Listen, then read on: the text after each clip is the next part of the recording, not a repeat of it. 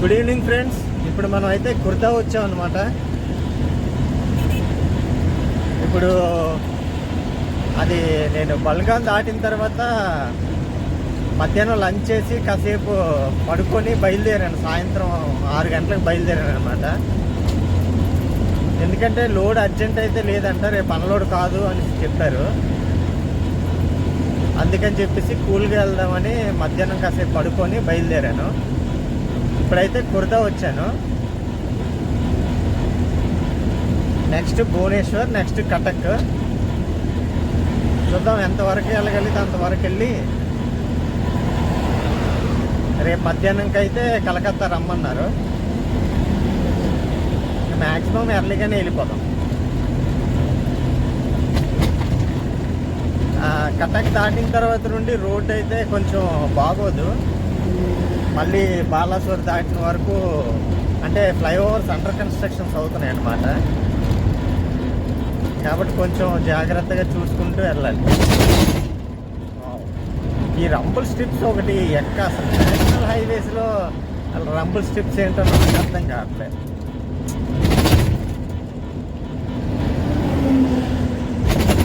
కొన్ని సన్నంగా కూడా వేయట్లేదు, అది లావుగా థిక్గా వేస్తున్నారు. దానివల్ల బండి చాలా వైబ్రేషన్ వచ్చేస్తుంది.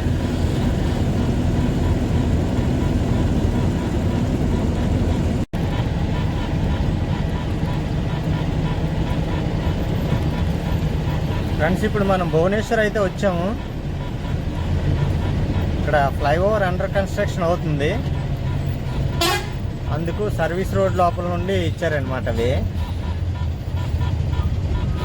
మళ్ళీ ఇక్కడ మనం మెయిన్ రోడ్ ఎక్కుతాం.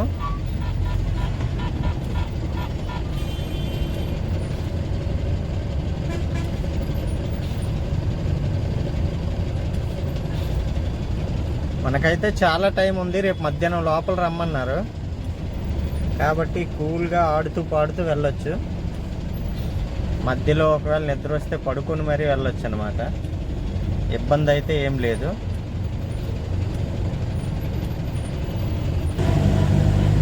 భువనేశ్వర్ సిటీ లోపలికైతే వెళ్ళవసరం లేదు, మొత్తం బైపాసే.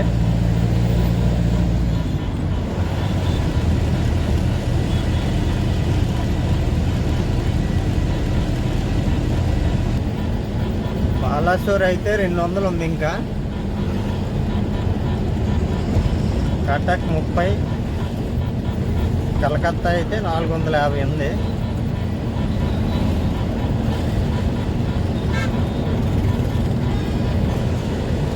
ఈ పొగమంచు వల్ల రోడ్డు అయితే సరిగ్గా కనిపించట్లేదు. లైట్లు కూడా డల్గా పడుతుంది అనమాట. అన్ని దగ్గరలో ఫ్లైఓవర్స్ అయితే అండర్ కన్స్ట్రక్షన్స్ అవుతున్నాయి కాబట్టి ఈ సర్వీస్ రోడ్లలో ట్రాఫిక్ ఎక్కువయ్యి చాలా టైం వేస్ట్ అవుతుంది. ఇవి అంత తొందరగా కన్స్ట్రక్షన్ చేస్తే అంత తొందరగా ట్రాఫిక్ ఫ్రీ అయిపోతుంది. అంతవరకు కొంచెం తప్పదు ఇబ్బందులు. ఫ్రెండ్స్, ఇగో ఈ రివర్ ఉంది కదా, ఈ రివర్ దాటితే కటక్, ఇంతవరకు భువనేశ్వర్. అంటే కలిసే ఉంటాయి, మధ్యలో రివర్ ఉంటుంది అంతే. అవతల కటక్, ఇటువైపు భువనేశ్వర్. ఫస్ట్ ఒడిశా క్యాపిటల్ అయితే కటక్కే. ఆ తర్వాత భువనేశ్వర్ని ఒక ప్లాంట్ సిటీగా కన్స్ట్రక్ట్ చేశారు. అదన్నమాట. మనం అయితే కటక్ లోపలికి ఎంటర్ అయ్యాం. ఇది కూడా మనం సిటీ లోపలికి వెళ్ళాల్సిన పని లేదు, మొత్తం బైపాసే. ఇంకా ఎక్కడికక్కడ ఫ్లైఓవర్స్ అయితే కన్స్ట్రక్షన్ అవుతున్నాయి.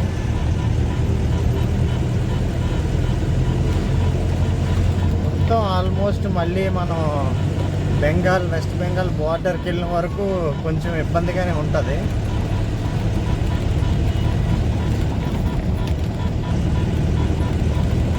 మళ్ళీ అక్కడి నుండి అయితే రోడ్డు బాగుంటుంది.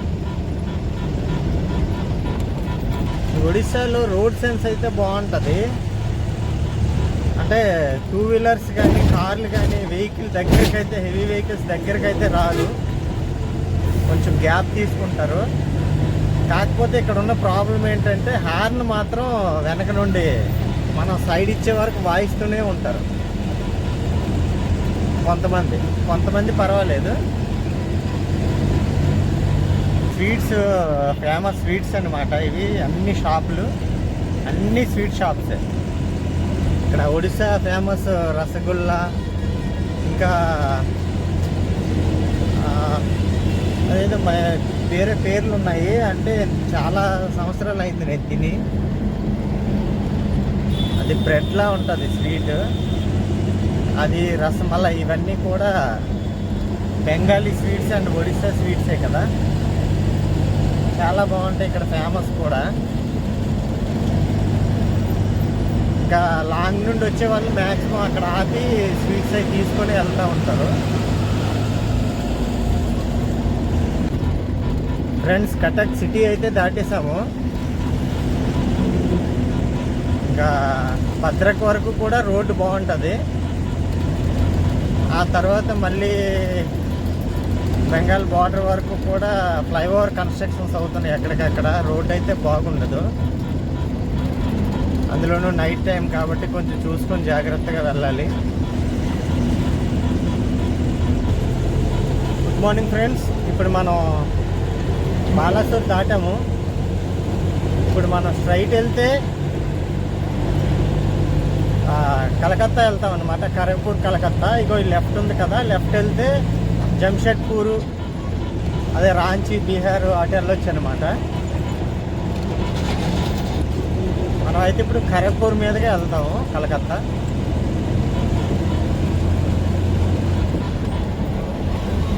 ఇక్కడ నుండి అయితే రోడ్డు అయితే బాగానే ఉంటుంది.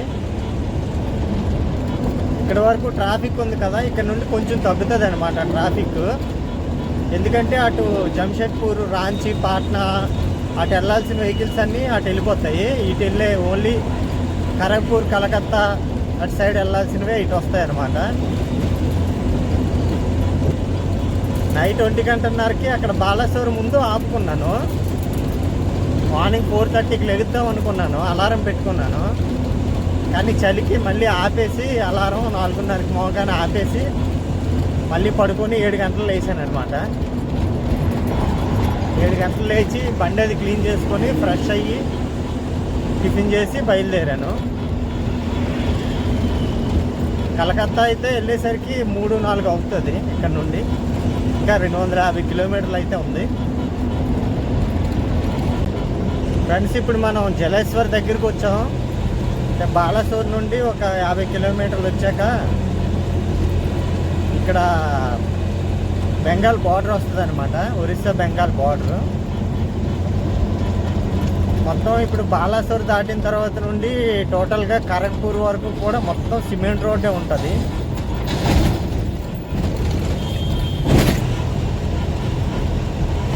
ఏదో రివర్ ఉంది. ఒరిస్సాలో అయితే రివర్స్కి పదవే లేదు, చాలా రివర్స్ ఉంటాయి. కాకపోతే పేర్లు ఎక్కడ బోర్డులు అయితే మెన్షన్ చేయలేదు. మనకు తెలిసింది ఒక మహానదే, మహానది తర్వాత ఇంకేమీ తెలియదు. అదంటే పెద్ద నది కాబట్టి ఈజీగా ఐడెంటిఫై చేయొచ్చు.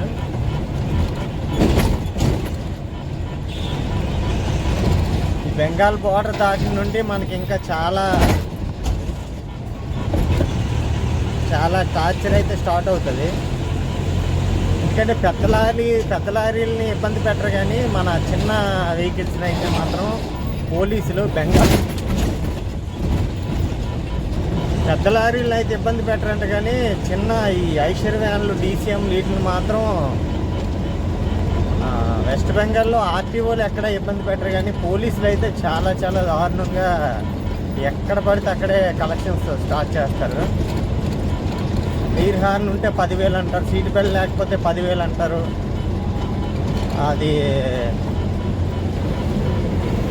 అదేంటి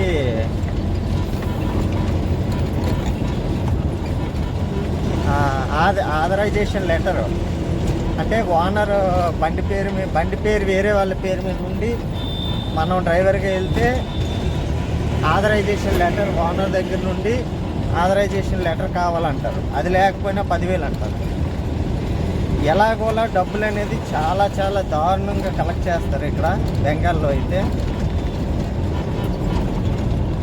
కాబట్టి బెంగాల్ మాత్రం వచ్చేటప్పుడు చాలా చాలా, ఒరిస్సా వరకు ఇబ్బంది లేదు, బెంగాల్ బార్డర్లోకి వచ్చారంటే ఇంక స్టార్ట్. ఇవన్నీ చాలా జాగ్రత్తగా ఉండాలి. ఎయిర్ హార్న్స్ ఉంటే రిమూవ్ చేసుకొని సీట్ బెల్ట్ పెట్టుకోవాలి. అలాగే ఆథరైజేషన్ లెటర్ అయితే కంపల్సరీగా ఉండాలి. ఈ 3 అయితే కంపల్సరీగా ఉండాలి. ఈ 3 ఉన్నా సరే అది లేదు ఇది లేదని ఏదో ఒక విధంగా డబ్బులు అయితే దొబ్బడానికి ట్రై చేస్తారు. కానీ ఈ 3 ఉంటే మాత్రం 10,000 అంటారు. దేనికన్నా 10,000.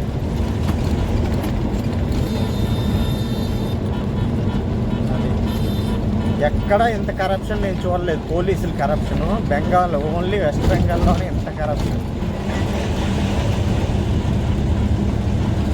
కాబట్టి ఎవరన్నా కొత్తగా వచ్చిన వాళ్ళు ఉంటే చాలా జాగ్రత్తగా ఉండండి. నేను చెప్పిన టిప్స్ అయితే తప్పకుండా పాటించండి.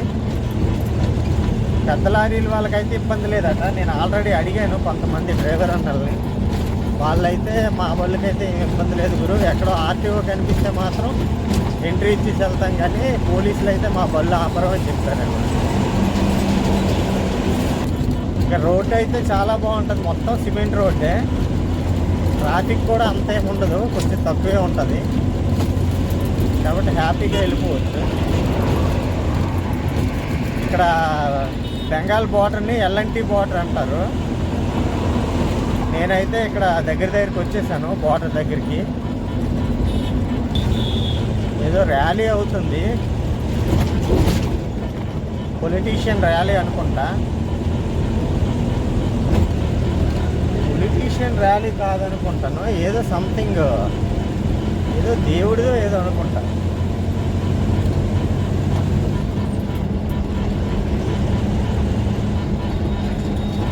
అన్ని రకాల జెండాలు ఉన్నాయి ఇక్కడ. మరి ఏంటో ఇది.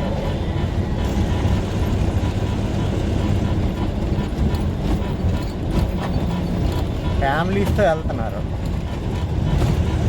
అదేదో ఇంగ్లీష్లో ఉంటే మనకు అర్థం అవుతుంది, ఒడియాలో ఉన్నది ఏంటి అర్థం కావట్లేదు.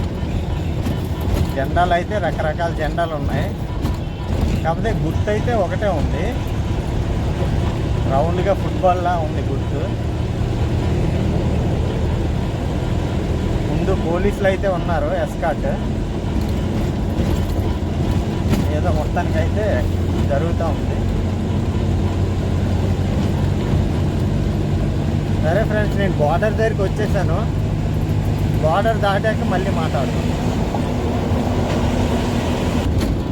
మొత్తం ఎటు చూసినా వరి పంటలే. ఇప్పుడు బాలాసోర్ దాటిన తర్వాత నుండి మనకి అంతా కూడా ఈ రోడ్లో సైడ్ లెఫ్ట్ రైట్ కూడా మొత్తం వరి పంటే ఉంటుంది. అదే పంటల టైంలో అయితే మంచి గ్రీన్గా ఉంటుంది. ప్రజెంట్ ఇప్పుడు కోతలు అయిపోయాయి కదా, అందుకు మొత్తం ఎక్కడ చూసినా ప్లెయిన్గా ఉంది. కానీ ఆ పంటల టైంలో వచ్చి ఉంటే మాత్రం చాలా బాగుంటుంది, మొత్తం గ్రీనరీ ఉంటుంది అన్నమాట.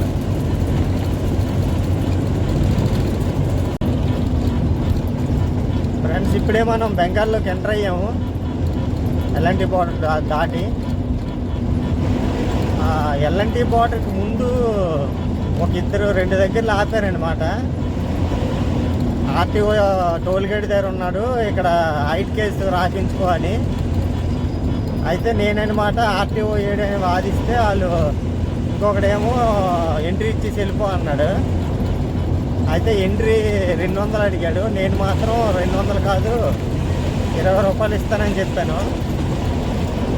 అయితే లాస్ట్కి 50 రూపాయలు తీసుకున్నారు. ఎందుకంటే వాళ్ళు పోలీసు కాదు, ఆర్టీఓ కాదు, ఆ పక్క ఊర్లో వాళ్ళు అనమాట. కాకపోతే లోకల్స్ కదా, ఇంక వాళ్ళతో మనం గొడవ పెట్టుకుంటే ఏదో ఒక విధంగా మన బండికి అయితే నష్టం కలిగిస్తారనమాట. వాళ్ళ ఊరు కదా లోకల్స్, కాబట్టి ఇంక 50 రూపాయలు ఇచ్చేసాను. రెండో దగ్గర కూడా ఆపాడు. ఆయన దాటి ఒక 1/2 కిలోమీటర్ దాటంగానే ఇంకొకటి ఆపాడు అనమాట. ఆడి దగ్గర ఆపలేదు, వెనకాల ఇచ్చాను రా ఇప్పుడే అని చెప్పాను. ఆపకుండా వచ్చేసాను అనమాట. ఆయన దాటి కిలోమీటర్ వచ్చాక ఎల్ఎన్టీ బార్డర్ ఉంటుంది, అక్కడేమో 150 రూపాయలు ఇచ్చాను. అంటే కొన్నిసార్లు 100 తీసుకుంటారు, కొన్నిసార్లు 200 అడుగుతారు. ప్రజెంట్ అయితే 150 తీసుకున్నారు. అది ఇక్కడ నుండి ఇంకా మనకి టార్చర్ స్టార్ట్ అవుతుంది, పోలీసులు టార్చర్. ప్రతి టోల్ గేట్ దగ్గర కాసేస్తారనమాట. వీళ్ళైతే ఎంత నొక్కేద్దామని చూస్తారు.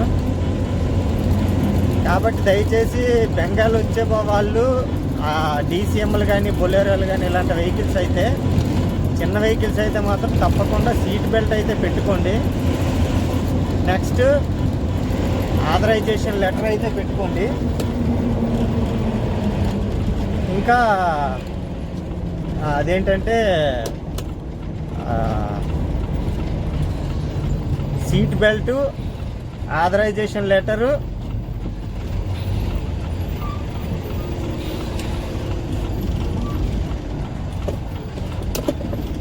ఇంకా ఎయిర్ హార్న్ ఉంటే రిమూవ్ చేసేయండి, తప్పకుండా రిమూవ్ చేసేయండి. ఎందుకంటే చాలా రిస్క్ అనమాట. ఇక్కడ బెంగాల్లో ప్రతి ఒక్కడు 10,000 అంటాడు, ఎవడైనా పోనీ 100-200 అంటాడు, కానీ ఇక్కడ మాత్రం 10,000.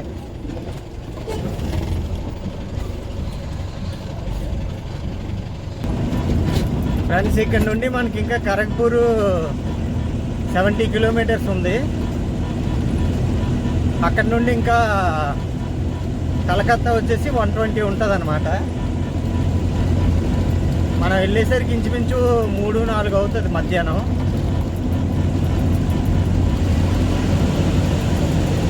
మా వాళ్ళైతే సాయంత్రం 5 లోపల వచ్చేయమన్నారు అక్కడ. అందుకు ఇక్కడ ప్రాబ్లం ఏమి లేదు, రోడ్ అయితే బాగుంటుంది. మొత్తం ఖరగ్పూర్ వరకు బాగుంటుంది, ఖరగ్పూర్ నుండి కలకత్తా కూడా బాగుంటుంది. కాకపోతే అక్కడ నుండి ఇంకా ట్రాఫిక్ అనేది స్టార్ట్ అవుతుంది అనమాట. ఖరగ్పూర్ నుండి చాలా ట్రాఫిక్ ఉంటుంది కలకత్తా వరకు కూడా. మనం వెళ్ళేది మధ్యాహ్నం టైంలో కాబట్టి అంత ఉండకపోవచ్చు మేబీ. అదే ఎర్లీ మార్నింగ్ ఈవినింగ్ అయితే చాలా హెవీ ట్రాఫిక్ ఉంటుంది. కలకత్తా 190 ఉంది ఇక్కడ నుండి.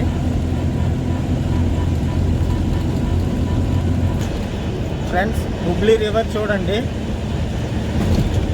ఇది హుబ్లీ రివర్ అన్నమాట. కలకత్తా సిటీ మధ్యలో నుండి వెళ్తుంది. దీని మీద హౌరా బ్రిడ్జ్, కేబుల్ బ్రిడ్జ్ కూడా ఉంటాయి. కాబట్టి ఇప్పుడు మనం వేరే రూట్లో వెళ్తున్నాం కాబట్టి సిటీ లోపలికి వెళ్ళాక తగులుతాయి అన్నమాట మళ్ళీ.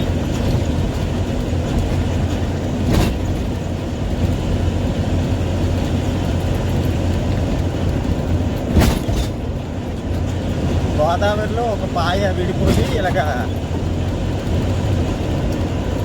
కలకత్తా మీద నుండి వెళ్తుంది. దీన్నే హుబ్లీ రివర్ అంటారు. ఇంకా మెయిన్ వచ్చేసి అలా బంగ్లాదేశ్ వెళ్ళిపోద్ది. బంగ్లాదేశ్లో దాన్ని పద్మా నది అంటారు, పద్మా రివర్ అంటారు. మనం అయితే కలకత్తా అవుట్స్కట్స్కి అయితే వచ్చాము. ఫ్రెండ్స్ ఇప్పుడైతే టైం 2:30 అయింది. భోజనం కాపాను, భోజనం చేసి బయలుదేరదాం. బండికి ఏదో అయినట్టుంది, రోడ్డు మధ్యలో ఆపారు. ఫ్రెండ్స్ మనం ఇప్పుడైతే కలకత్తా సిటీలోకి అయితే ఎంటర్ అయ్యాము. ఇంకా మనకు 10 కిలోమీటర్స్ ఉంది. ఇదంతా అవుట్స్కట్స్ ఇండస్ట్రీస్ అనమాట, ఇండస్ట్రియల్ ఏరియా. ఇంకా సిటీ, మెయిన్ సిటీ అయితే ఇంకా చాలా దూరం ఉంది.